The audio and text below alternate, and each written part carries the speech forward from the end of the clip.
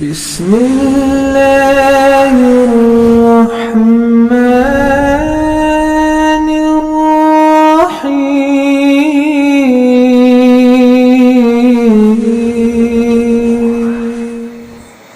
السلام علیکم ورحمۃ اللہ وبرکاتہ.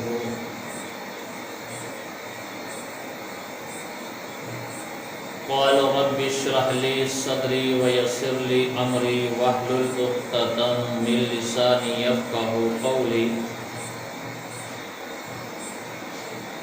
اللهم رب زدني علما یا قوی یا قوی یا قوی. ناظرین کرام،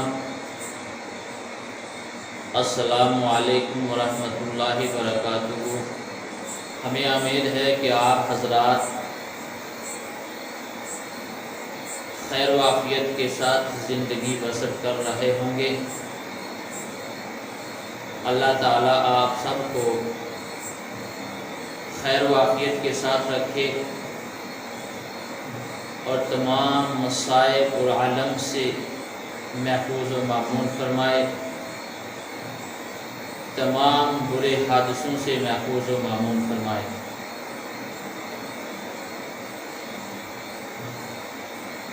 اللہ تبارک و تعالی کی بارگاہ میں دعا ہے، اللہ تعالی ہم سب کو سننے سے زیادہ عمل کی توفیق عطا فرمائے. آج پھر آپ کے سامنے کچھ اہم باتیں لے کر حاضر ہوئے ہیں. مجھے امید ہے کہ آپ حضرات نہایت ہی غور و فکر کے ساتھ سماعت فرمائیں گے اور اس پر عمل بھی کریں گے.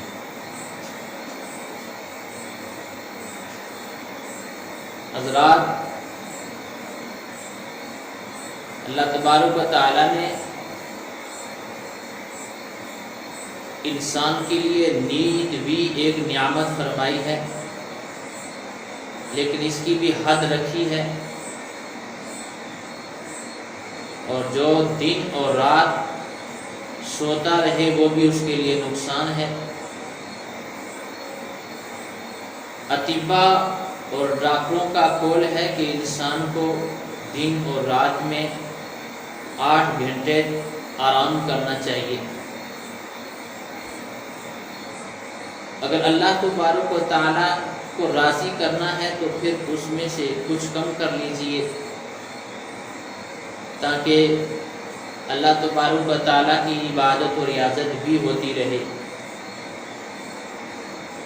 عموماً ہم لوگ رات کو تو آرام کر لیتے ہیں، لیکن جب صبح کی نماز پڑھتے ہیں اور پھر سو جاتے ہیں، یہ صبح کا سونا جو ہے یہ ٹھیک نہیں ہوتا. ہمارے خیال سے صبح کا سونا یہ انسان کے پٹھوں کے اندر بھی کمزوری لاتا ہے اور انسان کے دماغ کے اوپر بھی اثر پڑتا ہے.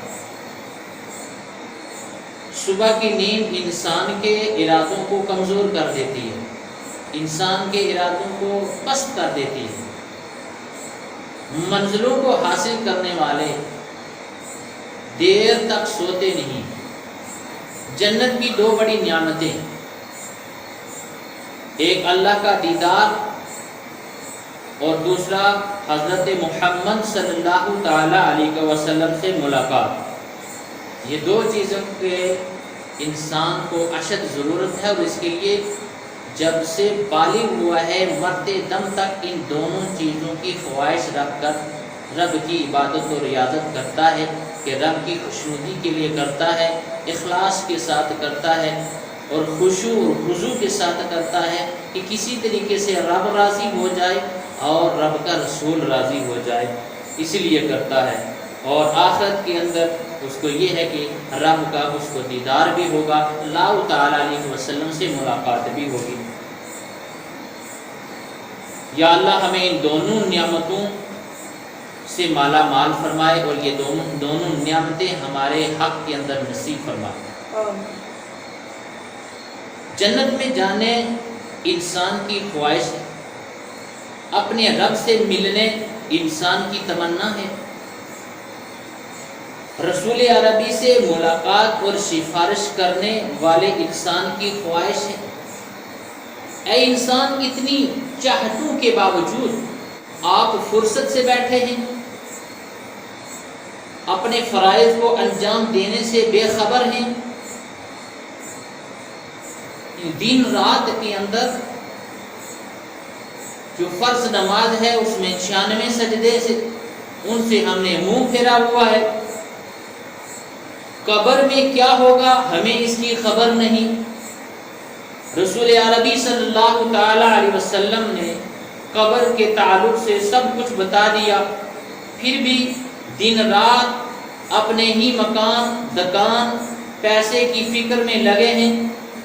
آج کے اس انسان نے دنیا کے فریب کاری، مکاری اور دیگر لغو باتیں، کیا اسی کا نام زندگی ہے؟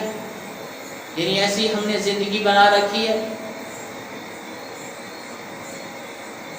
بتایا جاتا ہے، مفسرین اکرام نے لکھا ہے کہ جو اذان سن کر مسجد میں بیٹھ جاتا ہے اور نماز کا انتظار کرتا ہے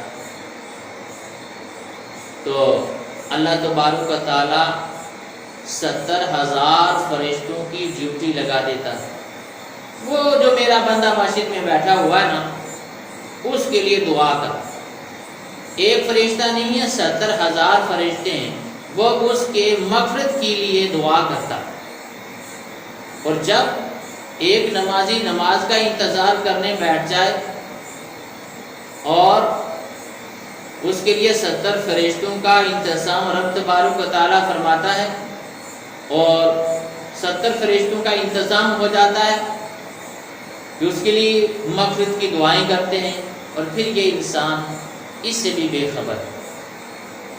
زندگی گزارنے کے بہت سارے اصول ہوتے ہیں۔ زندگی آمد برائے بندگی، زندگی آمد برائے بندگی، زندگی بے بندگی شرمندگی۔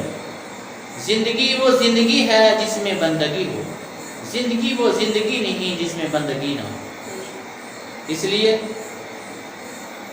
انسان کی اگر نماز قضا ہو جائے تو وہ یہ سوچے کہ میری اولاد، میرا مال، میری جان، یہ سب کچھ ختم ہو گئے، اتنا افسوس کرے، اتنا روئے۔ ہمیشہ یاد رکھنا کہ شاید آپ کو کوئی بتائے یا آپ کو معلوم ہو یا نہ ہو کہ کسی کو بھی دھوکہ مت دینا، کسی کو بھی، کسی انسان بشر کو بھی دھوکہ مت دینا، اس لیے کہ دھوکے میں بہت بڑی جان ہے، بہت بڑی طاقت ہے، کہ یہ کبھی نہیں مرتا اور نہ ہی یہ اپنی جگہ کو بھولتا ہے۔ گھوم پھر کر 1 سال نہ صحیح، 2 سال نہ صحیح، 3 سال نہ صحیح، 40 سال کے بعد یہ لوٹ کر پھر واپس اپنے اس مقام پر پہنچ جاتا ہے اور اس جگہ پر پہنچ جاتا ہے جس شخص نے اس کو دھوکہ دیا، کیونکہ اسے اپنے ٹھکانے سے بڑی محبت ہے۔ جس نے اس کے ساتھ دھوکہ کیا اس سے وہ بڑی محبت کرنا۔ اس لیے نرم رہنا، لوہا نرم ہو جاتا ہے تو اس کے عجیب قسم کے اوزار بن جاتے ہیں۔ سونا نرم ہوتا ہے، اس کے طرح طرح کے بالیاں اور طرح طرح کے زیورات تیار ہو جاتے ہیں۔ مٹی نرم ہوتی ہے تو زرخیز ہو جاتی ہے، کھیت کے لیے زرخیز ہو جاتی ہے اور اس کے لیے بہت قسم کے اعلیٰ قسم کے برتن بھی بنائے جاتے ہیں، ہے نہیں؟ مٹی جب نرم ہو جاتی ہے تو اسے کیا بنتا ہے؟ برتنیں بنتے ہیں، برتن بنتے ہیں۔ اور انسان کا دل جب نرم ہو جاتا ہے تو وہ مسلمان بن جاتا ہے اور وہ مومن بن جاتا ہے۔ انسان کا دل جب نرم ہو جاتا ہے وہ مسلمان بن جاتا ہے اور وہ مومن بن جاتا ہے۔ تو مسلمان وہ ہوتا ہے کہ جس کے شر سے دوسرا مسلمان محفوظ رہے۔